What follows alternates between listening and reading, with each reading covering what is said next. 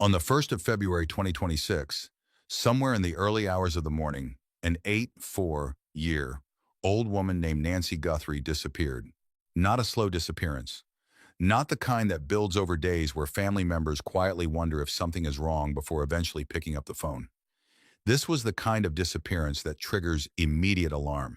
The kind where someone is there, and then they are not, and the people who love them know almost instantly that something is terribly wrong. Her family contacted law enforcement that same Sunday morning. Within hours, the FBI was involved, and within days, this case had become one of the most closely watched missing persons and kidnapping investigations in the country. She was 84 years old. That detail matters more than anything else in this story, and it is worth sitting with before we go any further. Because at 84, the margin for survival in a kidnapping situation is razor thin. Every hour that passes without resolution is not just an hour of fear and uncertainty. It is an hour with genuine, documented medical stakes.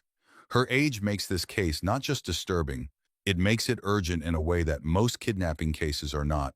Nancy Guthrie's daughter is named Annie Guthrie Cioni. Annie's husband is Tommaso Cioni. Annie's daughter, Nancy's granddaughter, is named Savannah. This family, in the first hours and days of February 2026, was living through something that most people will never experience. They were waiting, cooperating with law enforcement, hoping, and at some point during those early days, their personal phones received text messages that they believed, at least for a moment, might be coming from the people holding Nancy. Those messages were not from the kidnappers. They were from a 42-year-old man sitting alone in his apartment in Torrance, California, who had decided to insert himself into one of the most painful moments of this family's life. His name is Derick, and the story of how he ended up in federal handcuffs within 72 hours of sending those texts, and then how he walked back into court 5 months later and changed his plea, is the story we are covering today in full. If you are new here, this is Case File Records. We do not skim the surface of cases.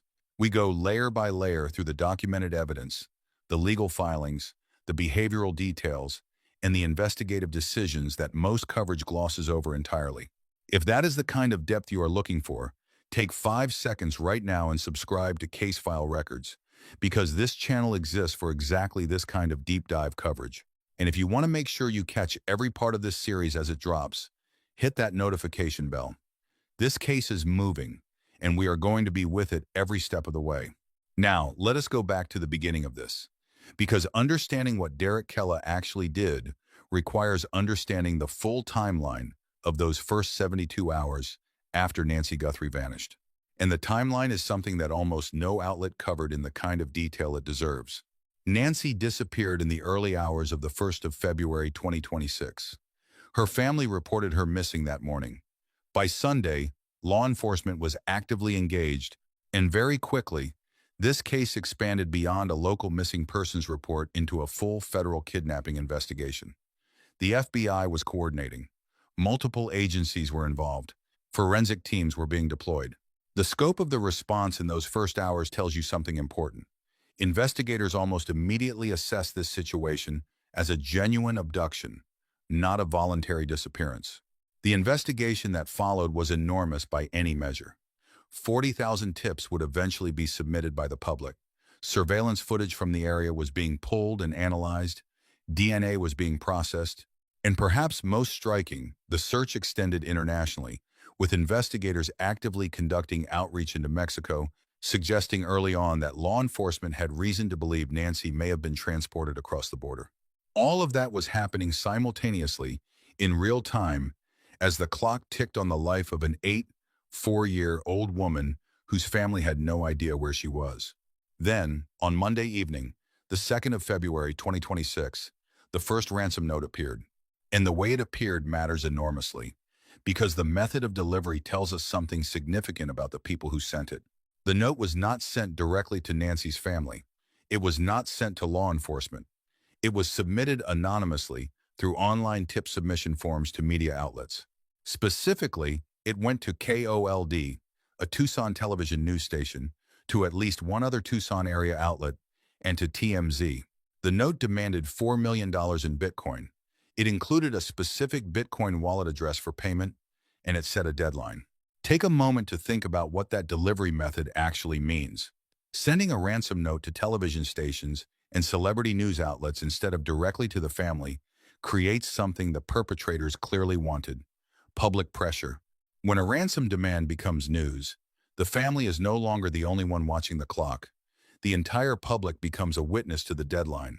That creates a different kind of pressure than a private demand would. It also creates an additional layer of distance between the perpetrators and any direct law enforcement monitoring of the family's communications. Whatever else you want to say about the people behind that note, this was not a thoughtless decision. Law enforcement responded to the note's emergence with a carefully calculated move of their own.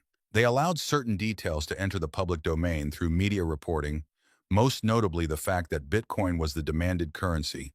But they deliberately withheld one critical piece of information: the specific Bitcoin wallet address that the note had provided. This is standard federal investigative practice. Controlled information, details that only someone truly connected to the crime would know, is held back as a verification tool. If someone later comes forward claiming to be the kidnapper or claiming to have information about the crime, investigators can test that claim against the withheld details. It is one of the most important tools available to federal agents in a case like this. That withheld detail would become central to what happened next. Because on the evening of the 4th of February 2026, 3 days after Nancy disappeared and 2 days after the ransom note was submitted to news stations, Derick Callella picked up his phone. He was in his apartment in Torrance, California, which is located in Los Angeles County, more than 400 miles away from Tucson. He had no known connection to the Guthrie family. He had no known connection to the Tucson area. He had no prior criminal history that investigators would later identify as suggesting a capacity for violence or organized criminal activity. What he did have was a phone, an internet connection, and the willingness to do something that is genuinely difficult to categorize using ordinary language. The first thing he did was open a phone application. Not a standard messaging app, a specialized application specifically designed to generate anonymous, untraceable phone numbers.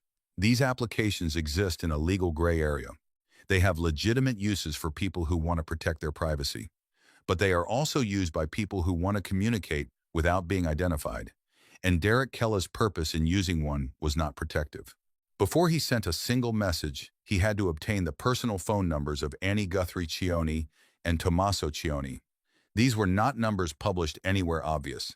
They were personal contact numbers belonging to private individuals who happened to be the daughter and son-in-law of a woman who had just become the subject of national news coverage. Investigators later determined, and this detail is documented in the federal criminal complaint, that Callella obtained those numbers through publicly available sources: social media profiles, public records, the kind of data aggregation that combines small pieces of individually innocuous information into a complete picture. Anyone with enough patience and an internet connection can do what Callella did in this regard. But doing it requires time. It requires deliberate effort. It requires sitting down with a purpose and working toward it methodically. That is not the behavior of someone acting on impulse. By the time Derick Callella had an anonymous phone number ready and the personal contact information for Annie and Tommaso in front of him, he had already invested a meaningful amount of effort into what he was about to do. And then he did it. He sent Annie Guthrie Cioni a text message. The message read, "Did you get the Bitcoin? We're waiting on our end for the transaction." Then he sent a follow-up message to Tommaso Cioni, pressing for a response. Read that message again slowly. "Did you get the Bitcoin? We're waiting on our end for the transaction." Annie's mother was missing. The family was in active contact with federal law enforcement. They had received a real ransom note 2 days earlier through the news stations. They were waiting, terrified, for any contact. And then their personal phones lit up with a message that appeared to be coming from the people holding Nancy. Think about what that moment felt like. Think about Annie reading that message. Think about what Tommaso felt seeing that follow-up come through. And then consider that the man who sent those messages later told FBI agents that he wanted to see how the family would react. That explanation is worth sitting with for a long time because it reveals something specific and disturbing about Derick Callalla's psychology. Not that he is a mastermind, not that he is part of some elaborate criminal conspiracy, but that he looked at a family in genuine anguish, a family publicly begging for information about their missing 84-year-old mother and grandmother, and his response was to treat their pain as a kind of experiment, something to observe, something to provoke and then watch. The FBI did not take long to respond. Within 72 hours of those messages being sent, federal agents were at Derick Calla's apartment. The use of an anonymous phone number application was not sufficient cover. Federal investigators working alongside telecommunications analysts have well-established methods for tracing digital communications even when anonymization tools are used. And in this case, the trail led directly to Calla. Agents read him his Miranda rights. And Derick Calla, without an attorney present at that initial moment, told the FBI agents standing in his apartment that yes, he had sent those texts. He admitted it. Just like that, he was charged with 2 federal offenses. The first count was transmitting a demand for ransom in interstate commerce, which is a serious federal charge carrying substantial potential prison time. The second count was making anonymous interstate communications intended to harass or threaten. Both charges fall under federal jurisdiction because the communications cross state lines, originating in California and received in Arizona. He appeared in Tucson federal court on the 12th of February 2026. He entered a plea of not guilty, and then, for the next 5 months, while the broader investigation into Nancy Guthrie's disappearance continued to develop, Derick Calla largely disappeared from public attention until he walked back into federal court and changed his plea. We are going to get to that moment and everything it implies in detail. But first, there is something about the mechanics of what Calla did and the FBI's response to it that has not been examined carefully enough in public coverage, and it is important enough to spend real time on. If you are still watching at this point, drop a comment below and type the words, "I'm still here." Seriously, take 5 seconds and do it right now. This case is complicated, it is moving fast, and the people who are genuinely following it closely deserve to find each other in the comments. And if you have not already subscribed to Case File Records, now is the time. We cover cases like this with the depth they deserve, and we are going to be on this one until we have the full picture. Now, the question that investigators had to ask the moment they arrested Derick Calla, the question that defined how seriously they needed to take him, was this: how did he know that the ransom demand was in Bitcoin? On the surface, this What if question Nancy might seem Guthrie easy was to never answer. taken for money? Bitcoin What if was the reported ransom by some notes were outlets as the noise demanded designed to currency fairly mislead, quickly after and the the real original motive ransom note behind her became known to the abduction media? was something It is far more entirely personal, plausible that far more Calla simply disturbing, read early and news far more coverage difficult to and prove. incorporated that That is not a detail into his theory own fake invented by the messages. internet. That is the That most is a theory straightforward advanced by explanation. retired And FBI based on the profilers, FBI's own criminal characterization of psychologists, Calla and throughout the forensic federal experts complaint, who sat it down with appears one of to the be most the credible explanation investigative investigators journalists ultimately covering this accepted. case But the and laid question out, still had to step be by asked, step, because why the evidence may alternative point not possibility, toward a financial however crime, unlikely, but toward an carried act of enormous pure revenge. implications. And if they are Calla right, had known about then Bitcoin everything the from public something has been other told than to media focus on, reports, the Bitcoin if he had somehow had access to information that had not yet been publicly released, that would suggest a connection between Calla and the actual kidnapping operation. And in a case involving an 84-year-old missing woman, no investigative lead, however implausible, could be dismissed without thorough examination. So while agents were simultaneously managing a massive kidnapping investigation with 40,000 incoming tips, active forensic processing, international outreach, and family coordination, they were also going through Derick Calla's devices with a methodical focus. His phone, his laptop, his search history, his communications, his contacts, his financial records, his background. What they found was documented in the federal criminal complaint and subsequent reporting. Derick Calla had no known connection to the Tucson area. He had no known connection to Nancy Guthrie, Annie Cioni, Tommaso Cioni, or any person in their family's social or professional circle. He had no prior criminal record that suggested involvement in organized criminal activity, violence, or kidnapping. He was, by every investigative measure, exactly what his own explanation suggested. Someone who encountered a high-profile kidnapping story in the news, saw that Bitcoin was the demanded currency, and decided to construct his own version of the demand and send it directly to the family. The FBI's official assessment of Calla was opportunist with no direct connection to the actual kidnapping operation. That assessment is probably correct. And it is important to say that clearly and directly because responsible coverage of a federal criminal case requires separating what is documented from what is speculative. What is documented is that Callella committed two serious federal offenses. What is documented is that investigators found no evidence connecting him to the actual disappearance of Nancy Guthrie. And what is documented is that his stated motivation, curiosity about how the family would react, is consistent with the behavioral profile of someone who inserts themselves into high-profile criminal cases for psychologically complex but operationally disconnected reasons. This phenomenon is not new. Federal investigators encounter individuals who exploit high-profile cases in ways ranging from phoning in false tips to, as Callella did, impersonating perpetrators. It is deeply harmful to families and investigations alike, and it is a federal crime for that reason. But understanding what Callella is and what he is not does not fully explain the speed with which the FBI moved to arrest him, and that speed deserves serious examination. 72 hours. From the moment those texts were sent to Annie and Tommaso's phones to the moment federal agents had Derick Callella in handcuffs in California. 72 hours. To understand why that timeline is remarkable, you have to understand the operational context in which the FBI was working at that moment. This was not a small regional investigation with a handful of agents assigned to it. This was a full-scale federal kidnapping case, with all of the resource demands that entails. The tip line was processing 40,000 submissions. Forensic laboratories were handling DNA evidence. Surveillance analysts were working through footage. International coordination with authorities relevant to the Mexico search was ongoing. The family was being supported and briefed. Multiple agencies were sharing and cross-referencing intelligence. And in the middle of all of that, a man in Torrance, California, sent 2 fake ransom texts to the family, and within 72 hours, he was in handcuffs. That speed tells us several things.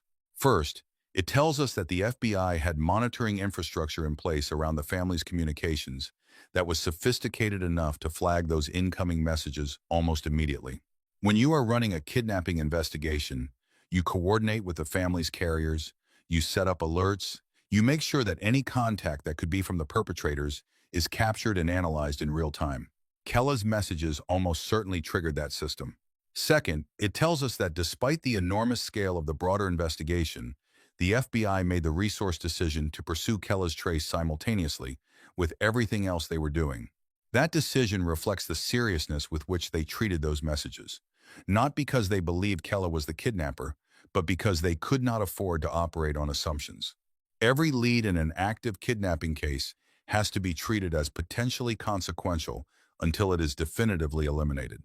Third, and this is the detail that matters most for where this story goes from here, the speed of the arrest meant that whatever was on Callalla's devices, whatever his search history revealed, whatever his communications contained, all of that was in federal investigators' hands within 3 days of those texts being sent.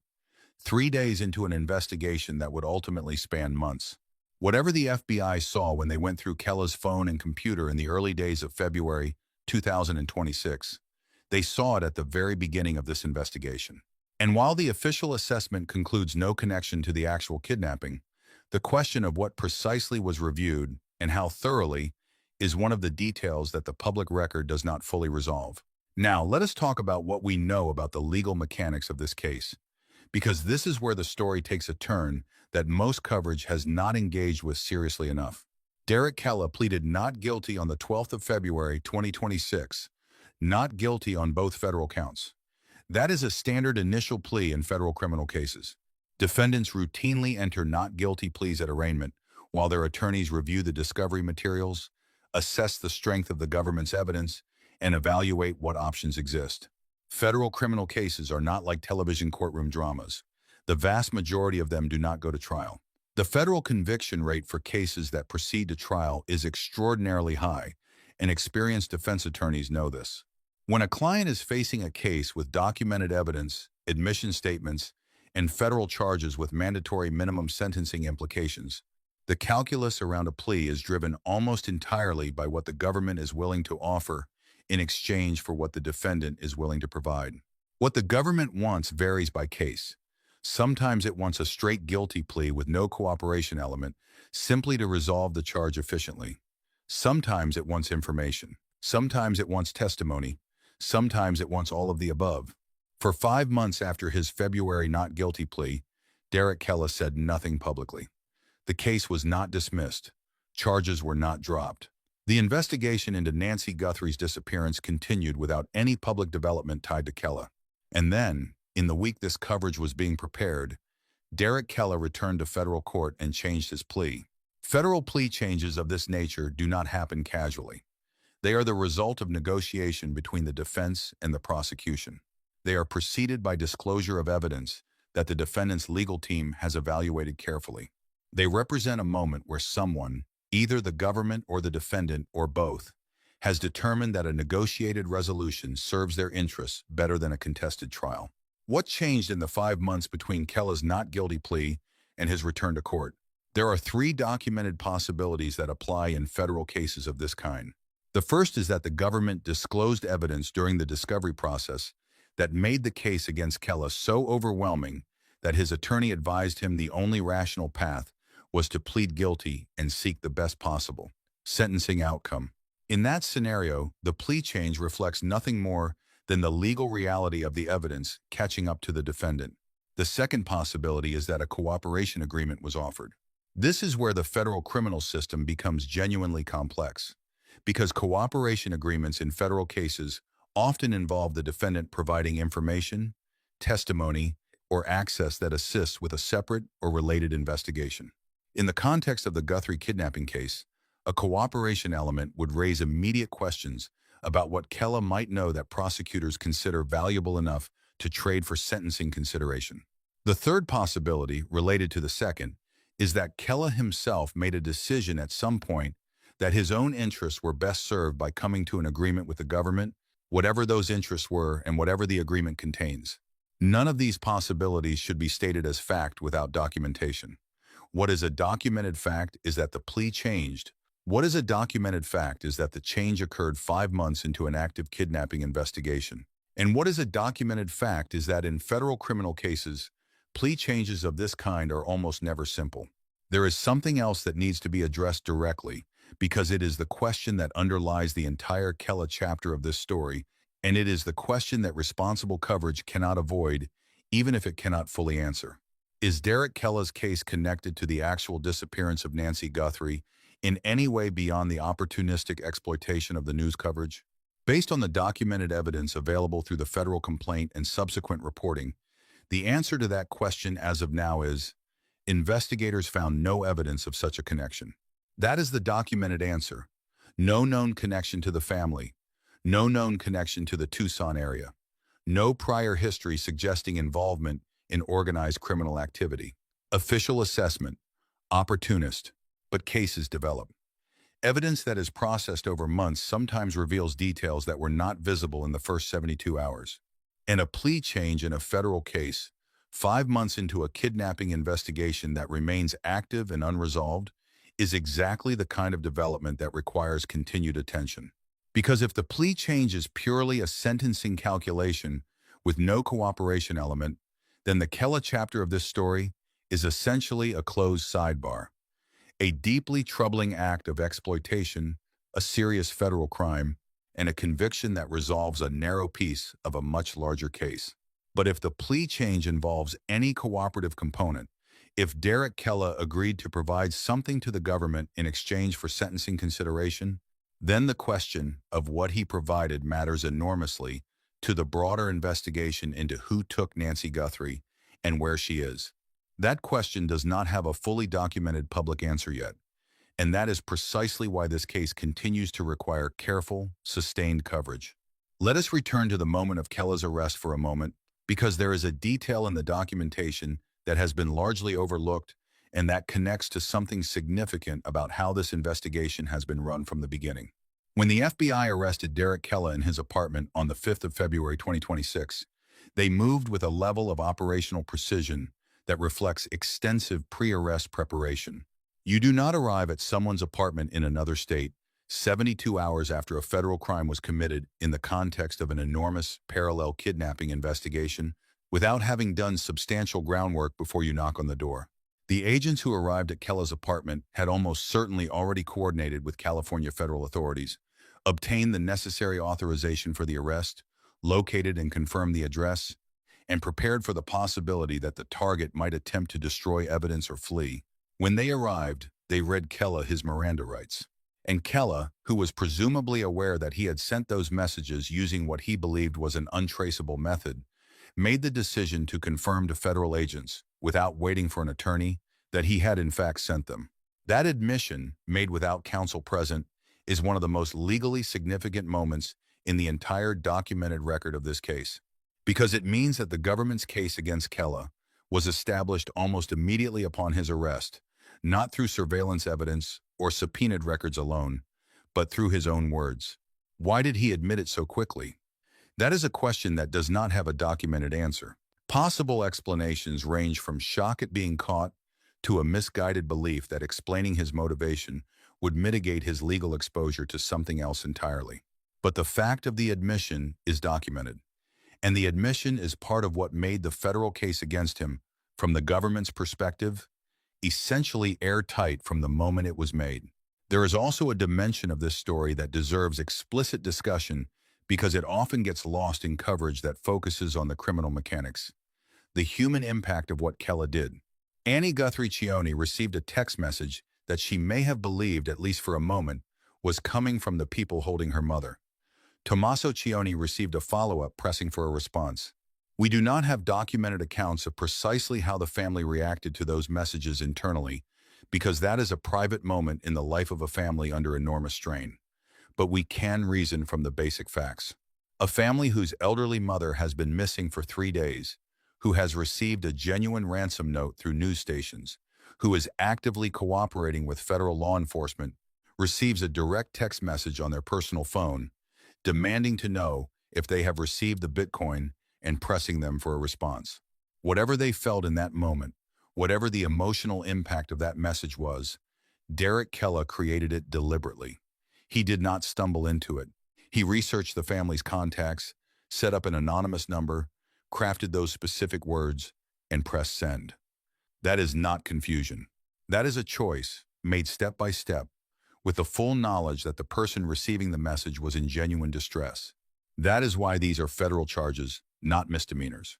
The Federal Criminal Code recognizes that this kind of deliberate exploitation of a family in crisis causes real harm, and it treats that harm seriously.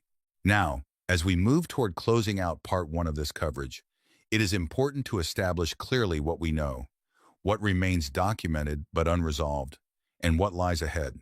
What we know: Nancy Guthrie disappeared in the early hours of the 1st of February, 2026. A genuine ransom note demanding $4 million in Bitcoin was submitted anonymously to news stations on February 2nd. Derick Calla, a 42-year-old man in Torrance, California, with no known connection to the family or the case, used an anonymous messaging application to send fake ransom messages to the family on February 4th. The FBI arrested him within 72 hours. He admitted to sending the messages. He was charged with 2 serious federal offenses. He pleaded not guilty on the 12th of February 2026. He changed his plea 5 months later. What remains documented but unresolved: the precise content or conditions of any plea agreement, what the government obtained from Calla's devices, and whether that information contributed to any other aspect of the investigation, the ultimate sentence Calla will face. And most critically, everything about the actual disappearance of Nancy Guthrie, who took her, where she is, whether the ransom operation is real and ongoing, and what investigators have developed in the months since her disappearance. The broader investigation was, as of the time of this coverage, still active. The search had extended into Mexico. Forensic evidence was still being processed. The tip line had generated 40,000 submissions, and the family of an 84-year-old woman was still waiting for answers. What lies ahead? More developments in this case, more documentation to analyze, and more coverage on this channel as the facts emerge, and the full picture of what happened to Nancy Guthrie comes into focus. The Calla chapter is, in one sense, the smallest part of this story. A federal case with documented evidence, a documented admission, and a plea change.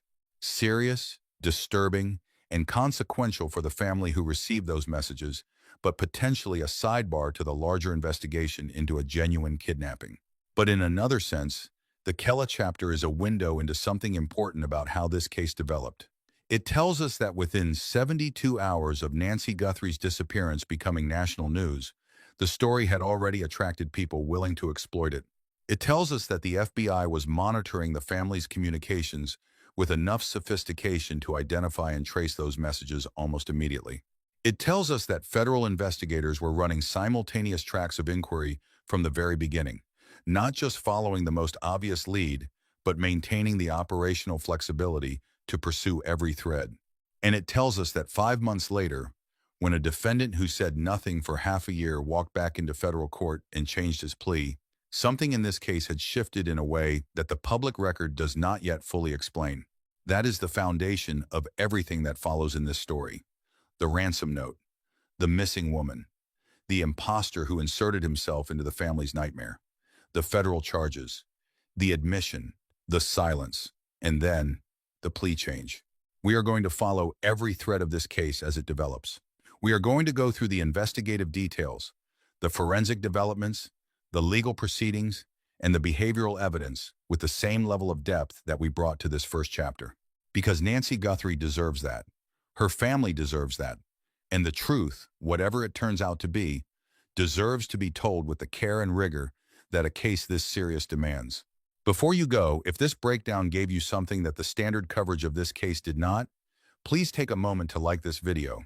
It makes a genuine difference in how many people are able to find this kind of in-depth analysis. And if you are not yet subscribed to Case File Records, right now is the moment. We are going to be covering every development in the Guthrie case as it emerges, and every subscriber who has notifications on will be there when new information breaks. Hit that subscribe button, turn on the bell, and stay with us. Part 2 is coming.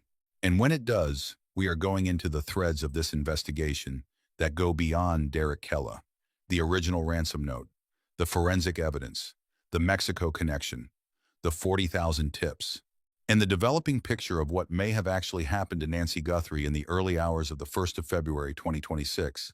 This case is not over, the story is not finished, and neither is our coverage